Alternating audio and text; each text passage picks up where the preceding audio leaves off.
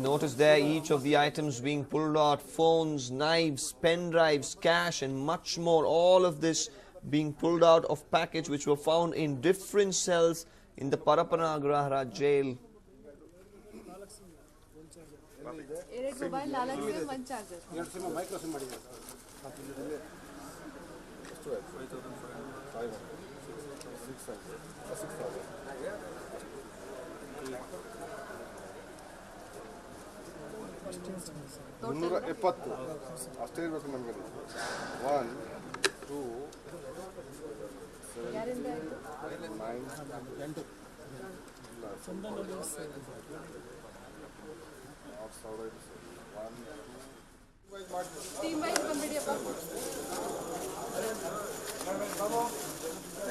Well, we must say this is some shocking news, not just the idea of raiding the central prison, which of course is a great one after what they have found inside the prison, but you would least expect that a place meant to stop or prevent all this, to prevent prisoners or people from using drugs, from using cell phones inside a prison. Now all this freely available to prisoners. That's what it looks like. Alok Kumar doing a great job there by raiding the central jail and actually bringing to light the kind of discrepancies which are going on inside the prison.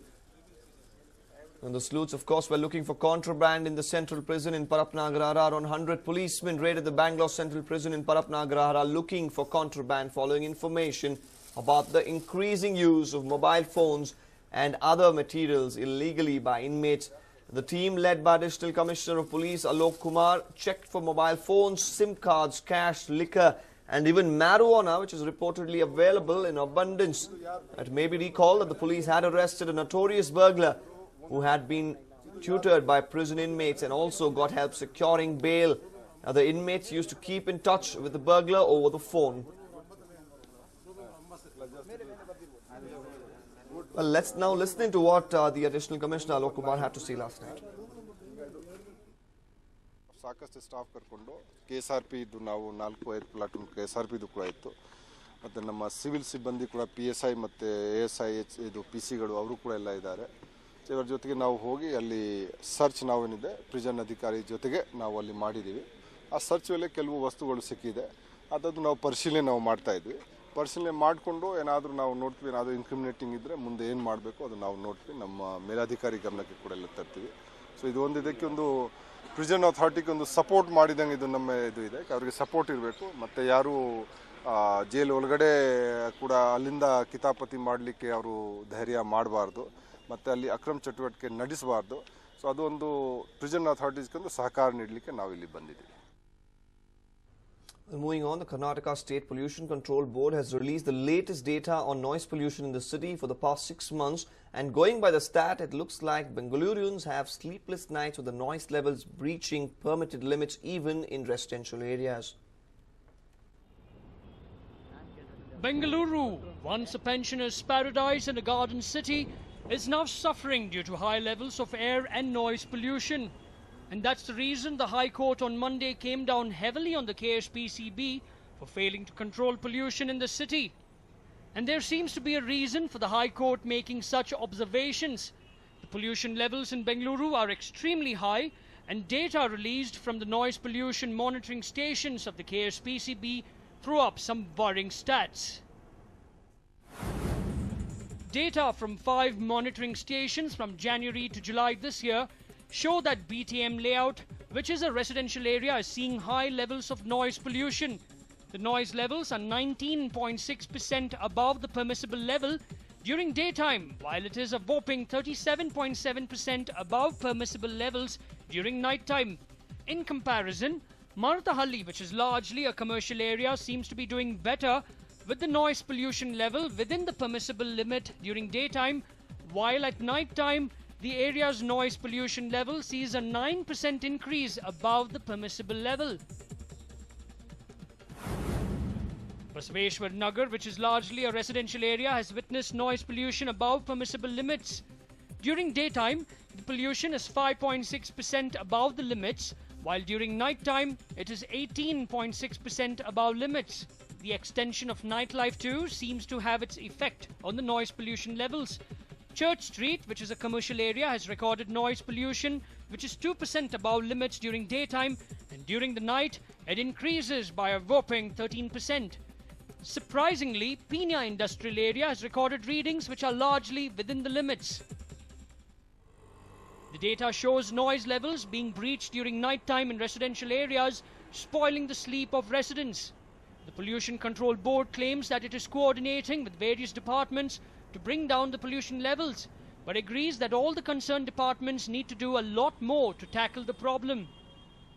As per the information given by the Transport Department, there are around 53 lakhs vehicles in the Bangalore city, and every year 10% of the vehicles will be added to the road.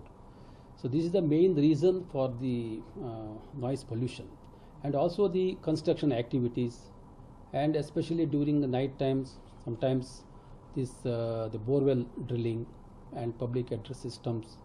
So these are all causing the noise. The Malleshwaram Residents Welfare Association, which is fighting to bring down noise levels in a once peaceful locality, feels that the larger problem is with the lack of planning for the city and failure in implementing laws. A coordination committee involving stakeholders like the Transport Department, Traffic Police, BBMP and others have been formed, and the KSPCB has given a set of guidelines to all of them on what needs to be done. But with the departments failing to implement all these guidelines effectively, Bangaloreans will have to suffer in a noisy city. Harish Upadhyay for News 9. The current BBMP council has another 7 months left to complete its tenure, but they have just about decided to give the citizens a bitter pill by the way of increasing property tax. Take a look. Do you own a house in Bengaluru, any commercial establishment? Then get ready to shell out more property tax from April 2015. Cash-strapped BBMP is all set to give a green signal for increasing the property tax, which has not been increased from 2008. The move comes after the state government rejected the BBMP's proposal to hike taxes every 5 years and instead asked the Palike to increase it every 3 years. The Chief Minister too had asked the BBMP to augment its tax collection during the Kempegowda Award ceremony. The Commissioner has now sent the proposal to the Finance and Taxation Committee, and it might come to the Council for approval. Tax revision matter has been referred to the committee, Tax and Finance Committee. After it is approved, it will go to the Council. Only after Council is approved, we can revise the taxes in Bangalore. This proposal earlier also we have taken it to the Council. That the Council has not approved it, deferred it. Now also again we are making an effort because more than 6 years back we have not revised the property tax in Bangalore. There is an urgent need for revision of property tax, which we are doing.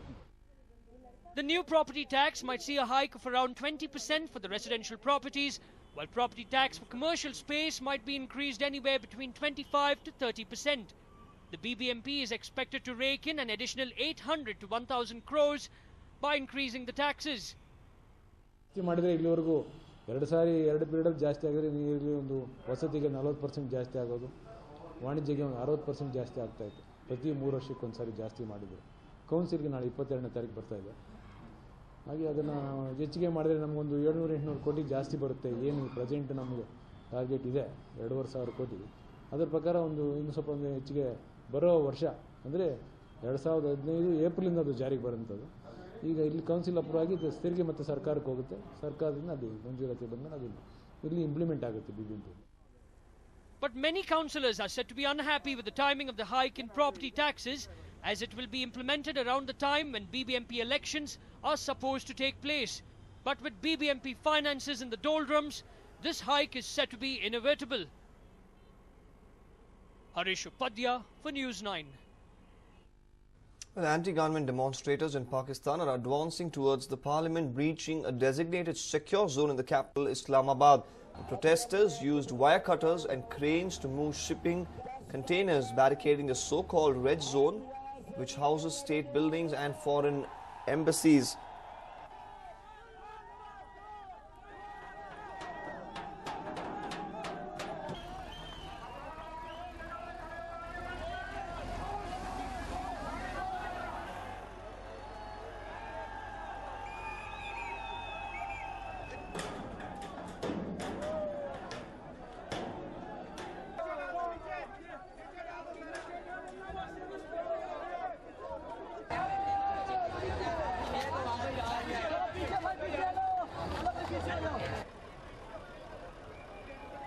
These people have encountered no resistance so far from security forces, who have been instructed to avoid violence.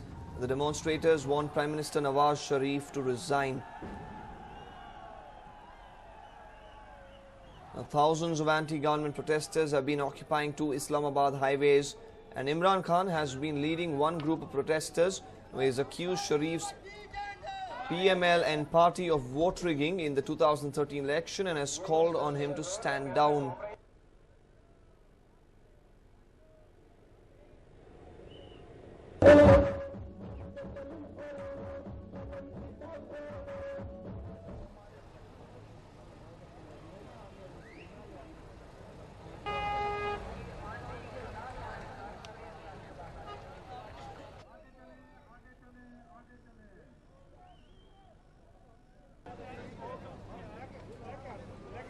The situation in Pakistan, of course, in Islamabad, turning quite out of control. Protesters are marching into the red zone of parliamentary and foreign embassies.